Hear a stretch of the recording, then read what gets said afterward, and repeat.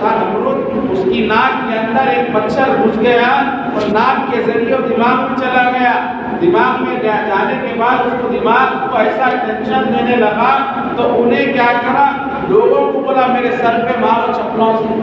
اس کے پاس ایک ایسی چپل تھی جس سے وہ اس کے سر پہ مارے تو اس کو اطمینان سکون ملتا تھا، تو اس سے مارتے رہے۔ اکیلا بادشاہ کتنی دیر مار لے گا، وہ تھک جاتا تو دوسرا مارتا، تیسرا مارتا۔ تو علماء کرام فرماتے ہیں کہ چھوٹے سے چھوٹا آدمی یعنی چپراسی تک اس کے سر پہ مارا، اس کو جو ہے اللہ تبارک و تعالیٰ نے ایسی ضلالت کی موت دی کہ اس نے حضرت ابراہیم علیہ السلام کو جو ہے آگ میں ڈالنے کا منصوبہ کیا۔ حضرت ابراہیم علیہ السلام اس کو دین کی دعوت دیے۔ میں تفصیلاً آپ کے سامنے عرض نہیں کروں گا، بالکل مختصر واقعے کو آپ کے سامنے بتاؤں گا کہ ابراہیم علیہ السلام نے اس کو دین کی دعوت دی۔ ابراہیم علیہ السلام نے کہا، وہ کہتا تھا کہ فرعون جیسا کہتا تھا میں اللہ ہوں، ویسا وہ بھی کہتا تھا میرے سے بڑا اللہ کون ہے۔ تو اس کو اللہ تبارک و تعالیٰ کے نبی حضرت ابراہیم علیہ السلام نے دعوت دی کہ فرمایا تم خدا کیسے ہو سکتے، خدا تو وہ ہے جو سورج کو مشرق سے نکالتا ہے مغرب پہ غروب کرتا ہے،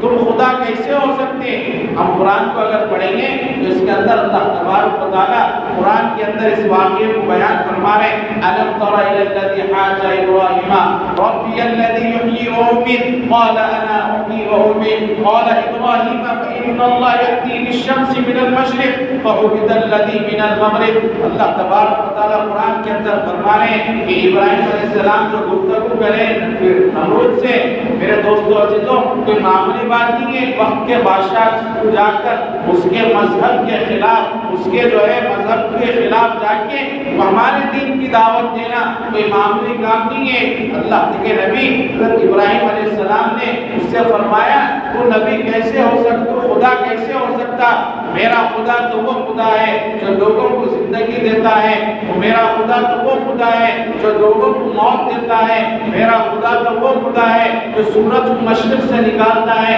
مغرب پہ غروب کرتا ہے۔ تو نمرود کیا کیا، ابراہیم کرام فرماتے ہیں جو اس کے جو جیل کے اندر جو قید خانوں میں تھے اس کی حکمرانی کے اندر ان کو آزاد کر دیا، جو آزاد کرتے تھے ان کو لے جا کے موت دے دیا۔ کہنے لگا کہ دیکھو میں بھی بچانے والا بھی میں ہوں اور موت دینے والا بھی میں ہوں۔ تو ابراہیم علیہ السلام نے فرمایا کہ وہ تو میرا اللہ وہ اللہ ہے جو مشرق سے سورج کو نکالتا ہے اور مغرب پہ غروب کرتا ہے۔ تو ابراہیم علیہ السلام کی اس بات پہ نمرود جو ہے باولا ہو گیا، پریشان ہو گیا، جواب دینے کے لیے کوئی راستہ نہیں تھا۔ تو کہنے وہ ظالموں میں ہو گیا، اللہ تبارک و تعالیٰ فرما رہے ہیں وہ ظالموں میں ہو گیا۔ تو نے آگے چل کے اب ابراہیم علیہ السلام کے ساتھ اس کی بحث جو ہو رہی تھی، یہ بحث پہ ایک کامل جو ہے مطمئن نہیں ہو رہا تھا، اس کو جو ہے بحث پہ جو ہے وہ جیت نہیں رہا تھا۔ تو وہ کہنے لگا منصوبہ بنایا، کیا منصوبہ بنایا، اب ان کو آگ میں ڈال کے جلا دی۔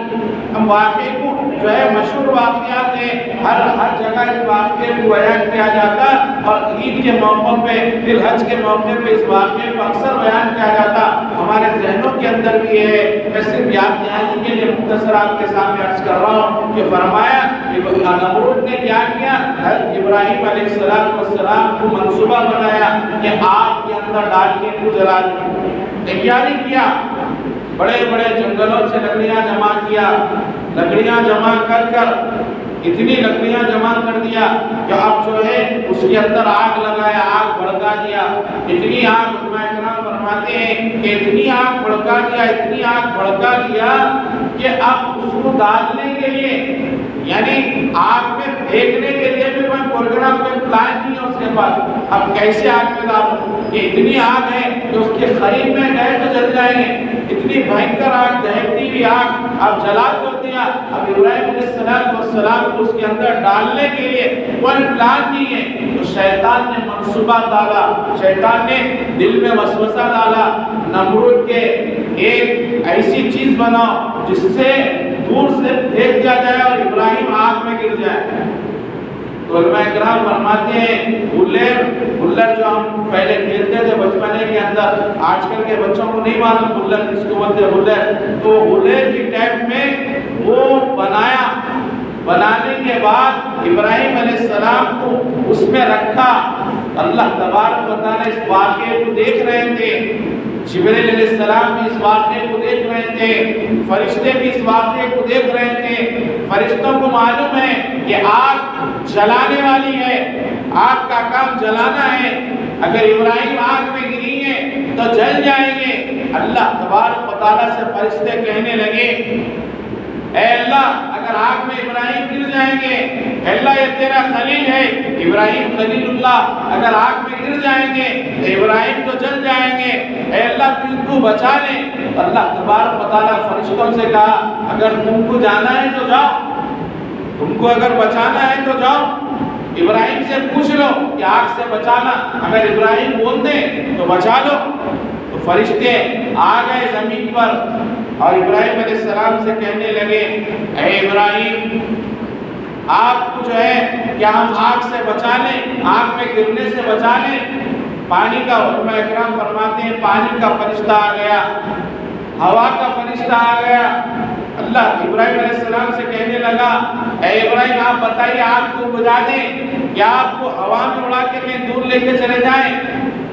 اور جبریل علیہ السلام نے فرمایا کیا ہم آگ سے بچا لیں؟ ابراہیم علیہ السلام دیکھے سسپیشن کیسا ہے، آگ میں گرنے والے ہیں، ایسا اگر ہمارے جیسا دل، ہمارے جیسا ذہن ہوتا تو فوراً مدد کو دیکھتے، مدد کرنے والے کو دیکھتے فوراً اللہ کو بھول جاتے، اس کی طرف پھر آگے ہو جاتے اور میں کو بچا دوں۔ ابراہیم علیہ السلام نے اس سسپیشن میں، اس وقت میں بھی فرشتوں سے کہنے لگے کیا تم کو اللہ نے حکم دیا کہ ابراہیم کو بچا لو؟ تو فرشتوں نے کہا نہیں، اللہ نے حکم نہیں دیا بلکہ ہم نے اللہ سے اجازت دے کے آئی۔ اللہ نے فرمایا کہ ابراہیم اگر اجازت دے تو بچا لو۔ تو ابراہیم علیہ السلام نے فرمایا میرے دوستو عزیز و بزرگوں، ابراہیم علیہ السلام سے اللہ تبارک و تعالیٰ نے جن امتحانات، جیسے ایسے امتحانات میں ہم اس کا اندازہ نہیں لگا سکتے۔ میرے دوستو ابراہیم علیہ السلام فرماتے ہیں اے فرشتوں تم بھی مخلوق ہے، میں بھی مخلوق ہوں، میرے خالق کو معلوم ہے ابراہیم جلنے والا ہے، اگر میرا اللہ چاہتا ہے کہ ابراہیم خلیل اللہ جلے تو میں اس پہ راضی ہوں، اگر میرا اللہ چاہتا ہے کہ ابراہیم آگ سے بچ جائے تو میرے کو بچانے کے لیے میرا اللہ کافی ہے۔ ابراہیم علیہ السلام نے یہ کہا تو نمرود نے آگ میں پھینکا تو اللہ تبارک و تعالیٰ نے براہ راست، ہم قرآن کو پڑھیں گے تو معلوم ہوگا کہ اللہ تبارک و تعالیٰ براہ راست آگ کو حکم دے رہے ہیں، قلنا یا نار کونی برداً وسلام علی ابراہیم، اے آگ ٹھنڈی ہو جائے ابراہیم کے لیے سلامتی والی۔ تو ایسے ایسے امتحانات کے اندر یہ امتحان میں بھی ابراہیم علیہ السلام کامیاب ہو گئے۔ پھر جو دوسرا امتحان ہوا، ایسے ایسے امتحانات میرے دوستو عزیز و بزرگوں ابراہیم علیہ السلام سے اللہ تبارک و تعالیٰ لیے ہیں کہ فرمایا دوسرا جو آخری جو امتحان ہے وہ امتحان جو ہم آج یاد کر کے قربانی کرتے ہیں۔ میرے دوستو بزرگوں حضرت ابراہیم علیہ السلام کا اولاد علماء اکرام فرماتے ہیں 85 سال کی عمر میں، کسی علماء کے نزدیک 90 برس کی عمر میں، 90 سال کی عمر میں اولاد ہونا، ہم جو ہے جس کو اولاد نہیں ہے اس سے ہم پوچھیں تو اندازہ لگے گا کہ اولاد کی جو ہے قدر اور اولاد کی محبت اور اولاد کی طلب کا کیا معاملہ ہوتا ہے۔ ہم جس کو اولاد، ہم آپ کو اگر اولاد ہے ہم کو نہیں معلوم ہوتا اولاد نہیں ہے کا، اولاد نہیں سو جو درد رہتا ہم کو نہیں معلوم ہوتا، کیونکہ اللہ نے ہم کو بے درد یعنی بغیر کچھ اللہ نے ہم کو نواز دیا۔ جس کو نہیں ہے اولاد اگر ہم ان سے پوچھیں گے تو وہ ہمیشہ بولیں گے اللہ ہم کو ایک بیٹا تو دے دے، ایک بیٹی تو دے دے، وہ تڑپتے رہیں گے اولاد کے لیے۔ حضرت ابراہیم علیہ السلام کو اللہ تبارک و تعالیٰ نے دعائیں مانگی، ابراہیم علیہ السلام نے ربی ہب لی من الصالحین، اللہ نے یہ بھی ذکر فرمایا کہ ابراہیم نے دعا مانگی تو ہم نے اس کو بیٹا دیا۔ اللہ تبارک و تعالیٰ نے 90 برس کی عمر میں یا 85 بھی اگر ہے تو 85 برس کی عمر میں حضرت ابراہیم علیہ السلام کو اللہ تبارک و تعالیٰ نے حضرت اسماعیل علیہ السلام عطا فرمایا۔ حضرت اسماعیل علیہ السلام پیدا ہوئے تو وہ کیسا معاملہ تھا ان کا۔ میرے دوستو عزیزو، ہم خالی سن لیں، اگر اس کو اگر ہم غور کریں گے تو میرے دوستوں کو معلوم ہوگا کہ وہ اس وقت میں ضعیف باپ ہے، اور اسماعیل علیہ السلام کی عمر 8 یا 9 برس کی ہوئی۔ پہلے تو 190-85 برس میں ابراہیم اسماعیل علیہ السلام پیدا ہوئے، پھر 8 یا 9 برس کی عمر میں اللہ تبارک و تعالیٰ کی طرف سے ابراہیم علیہ السلام خواب دیکھ رہے ہیں کہ اب ابراہیم علیہ السلام یہ خواب دیکھ رہے ہیں کہ ابراہیم تمہارے دل کی نزدیک تم جس سے زیادہ تمہارے دل کے قریب جو ہے تو وہ ہماری راہ میں خرچ کرو، ہماری راہ میں قربانی دو،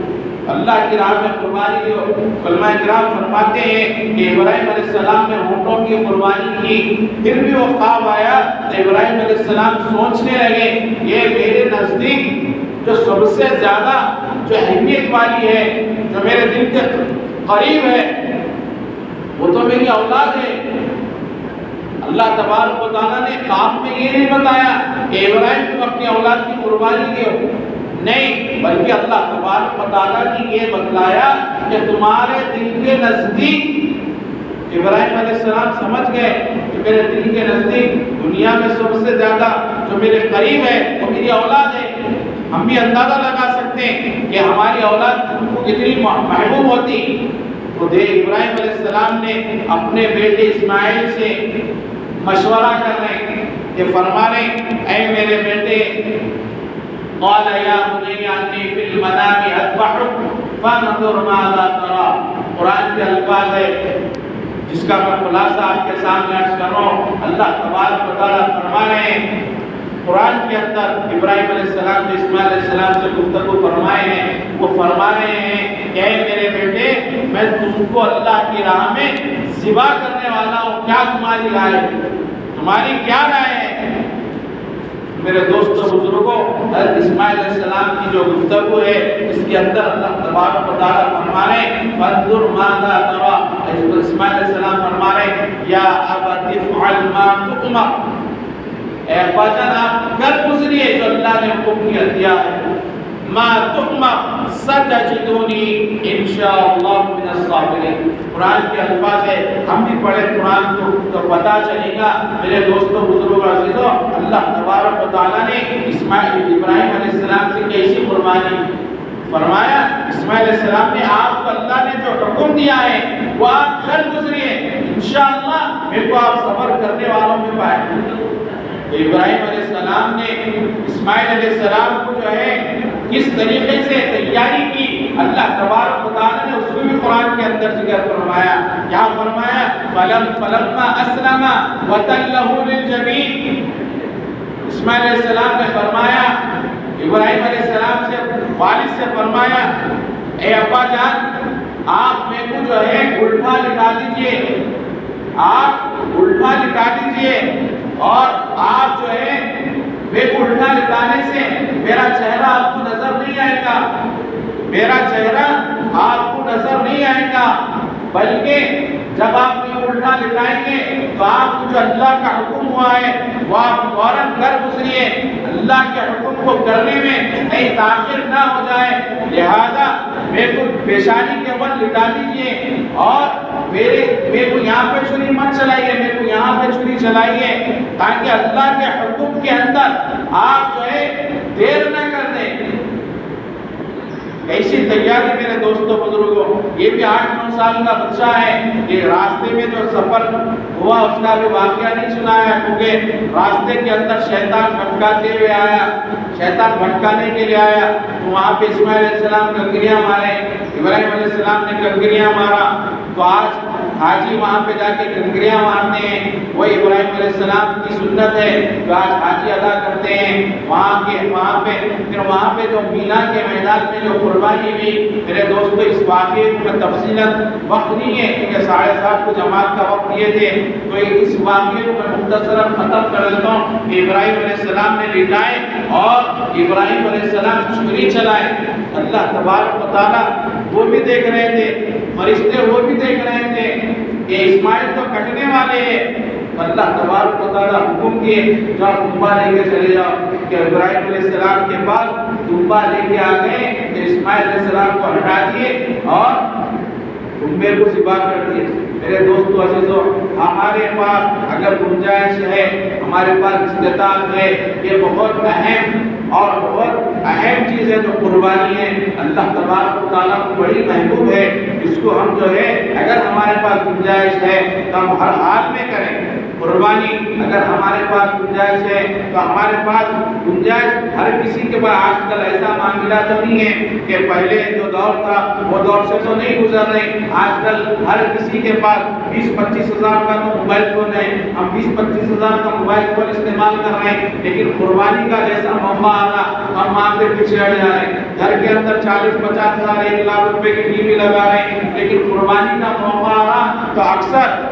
ہر کوئی نے اکثر کیا کر رہے ہیں، پیچھے ہٹ جا رہے، نہیں میرے کو تو قرضہ ہے، میرے کو تو فلانا ہے، میرے کو تو فلانا ہے، ہر قربانی کا مسئلہ آتے پیچھے ہٹ جا رہے۔ ہمارے پاس اگر استطاعت ہے، گنجائش ہے تو ہم قربانی کریں۔ قربانی کی بڑی فضیلت ہے میرے دوستو عزیزو، اللہ تبارک و تعالیٰ ہم جو جانور کی قربانی دیتے ہیں اس جانور کو جتنے بال رہتے ہیں اللہ تبارک و تعالیٰ ہر بال کے عوض میں اللہ ہمارے اعمال میں ایک نیکی لکھتے ہیں، اور اللہ تبارک و تعالیٰ قربانی دینے والے کی فضیلت میں اور ایک بات بتائی ہے، حضور نبی کریم صلی اللہ علیہ وسلم نے بتائی ہے کہ قربانی کرنے والا جو قربانی کرتا ہے اس کا خون کا قطرہ زمین پہ گرنے سے پہلے اللہ اس کی مغفرت فرما دیتا ہے۔ اور اللہ تبارک و تعالیٰ قرآن کے اندر فرما رہے ہیں جو ہمارے معاشرے کے اندر آج عام ہو گیا، اس کے اپوزٹ میں ہم جو ہے جو قربانی کرنے والے ہیں اکثر لوگوں کا یہ رویہ ہے کہ اس کے اندر ہم ریاکاری میں مبتلا ہو گئے ہیں۔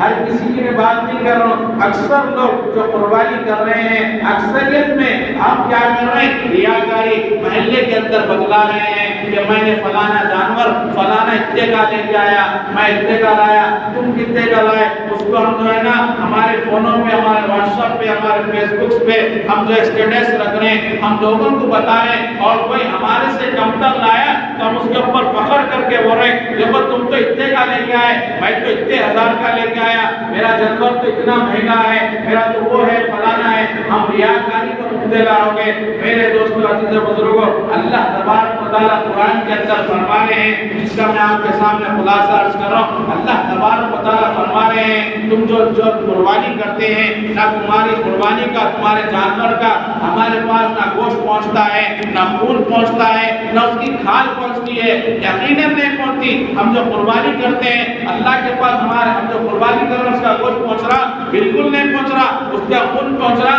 نہیں پہنچ رہا۔ اس کی کھال چمڑا پہنچ رہا؟ نہیں پہنچ رہا۔ پہنچنے والی جو چیز ہے ہماری نیت ہے، ہماری نیت کے اندر جتنا اخلاص رہے گا اتنی ہمارے لیے کامیابی ہے۔ جو فضیلتیں ہیں وہ اخلاص کے اوپر ہے۔ اگر اخلاص نہیں ہے ہماری عبادتوں کے اندر، ہمارے عمل کے اندر ریاکاری ہے تو اللہ تبارک و تعالیٰ کل بروز قیامت کہے گا تم جس کے لیے عمل کرے تھے ان سے بدلہ لے، تم اگر اللہ کے لیے کرے تھے تو اللہ اس کا بدلہ بہتر دینے والے ہیں۔ ہم کو دنیا والوں کو بتا کے، دنیا والوں کے سامنے ریاکاری کر کے ہم کو کچھ حاصل ہونے والا نہیں ہے۔ دنیا والوں کے سامنے ہم بتائیں گے میں 1 لاکھ کا لیا، میں 50,000 کا جانور لیا، بول کے کیا فائدہ؟ ہم جتنے کا بھی جانور لے رہے ہیں ہم اس نیت سے قربانی کریں کہ اے اللہ میں جو قربانی کر رہا ہوں اس سے تو راضی ہو جائے۔ ہم یہ نیت کریں، ہماری نیتوں کے اندر رتی برابر بھی، ذرہ برابر بھی ریاکاری نہ ہو۔ اگر ریاکاری ہو گئی تو ہماری تمام عمل غلط ہو گئے۔ ہم اس سے ریاکاری سے بچیں اور اللہ تبارک و تعالیٰ سے دعا کریں کہ اللہ تبارک و تعالیٰ جو بھی قربانی کر رہے ہیں اللہ اپنے دربار میں ان قربانیوں کو قبول کریں، اور ان کے لیے بھی دعا کریں جو حج کے سفر پہ گئے ہوئے ہیں اللہ تبارک و تعالیٰ ان کے سفروں میں آسانی کرے اور اللہ تمام کے حج کو قبول فرمائے۔ اور یہ آخر میں آپ کے سامنے نماز کا طریقہ بتا دیتا ہوں، کیونکہ سال میں 2 مرتبہ عید کی نماز ہوتی، اکثر بھول جاتے اور جو ہے تکبیر بولنے کے بعد ادھر ادھر بھی دیکھتے، ادھر ادھر دیکھتے بھی تو نماز ختم ہو جاتی۔ پہلے یہ گزارش ہے میری آپ سے، جو فجر کی نماز نہیں پڑھے، اگر پڑھ لی ہے تو بہت اچھی بات ہے، اگر نہیں پڑھے تو ان کے لیے 2 منٹ کا وقفہ ہے، وہ فجر کی قضا نماز پڑھ لیں، کیونکہ یہ جو عید کی نماز ہے یہ واجب ہے، فجر کی جو نماز ہے وہ فرض ہے۔ اگر آپ میں سے سے کوئی نہیں پڑھے، 1-2 منٹ کے لیے وقفہ ہے کہ نماز پڑھ لیں، اگر پڑھنی ہے تو بہت اچھی بات ہے، جو نہیں پڑھے ہیں شرمانا نہیں، آزو بازو نہیں دیکھنا۔ میرے دوستوں عزیزوں شرمائیں گے، آزو بازو والے دیکھیں گے میں فجر کی نماز میں نہیں اٹھا تو کیا سمجھیں گے یہاں پہ تو تھوڑے سے لوگ آئے، یہاں پہ تھوڑے لوگ آئے، کل قیامت کے دن اللہ تبارک و تعالیٰ پوچھیں گے کہ نماز کو تو